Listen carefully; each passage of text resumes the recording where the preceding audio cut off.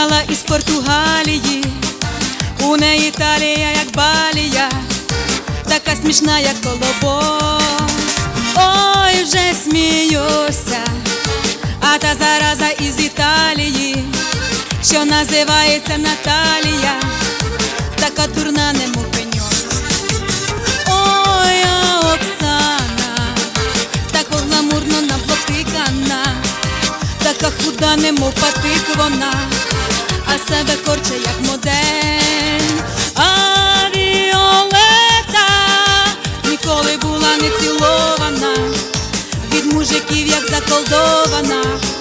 Дівки, не можна потогріти, а я в рожеву помаду накрасила свої фарби.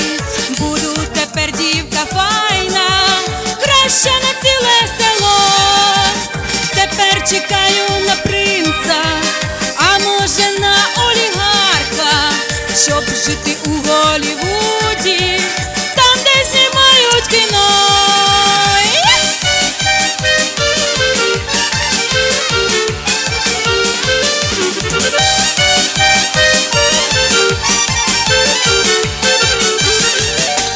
Ой, а Олеся все на комп'ютері ще склацає, потім себе за дупу мацає, бо там набрався целюліт.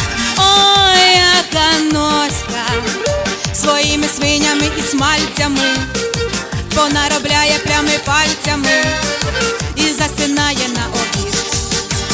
Ой, а Тетяна така сексата, дуже правильна, а як забава, то хильне вина, іди, бо ширить більше всіх. А Соломія ніколи була не цілована, від мужиків, як заколдована. Дівки, не можна, бо то гріх, а я в рожеву помаду накрасила свої фарби.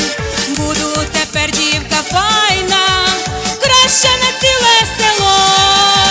Тепер чекаю на принца, а може на олігарха, щоб жити у Голлівуді, там, де знімають кіно.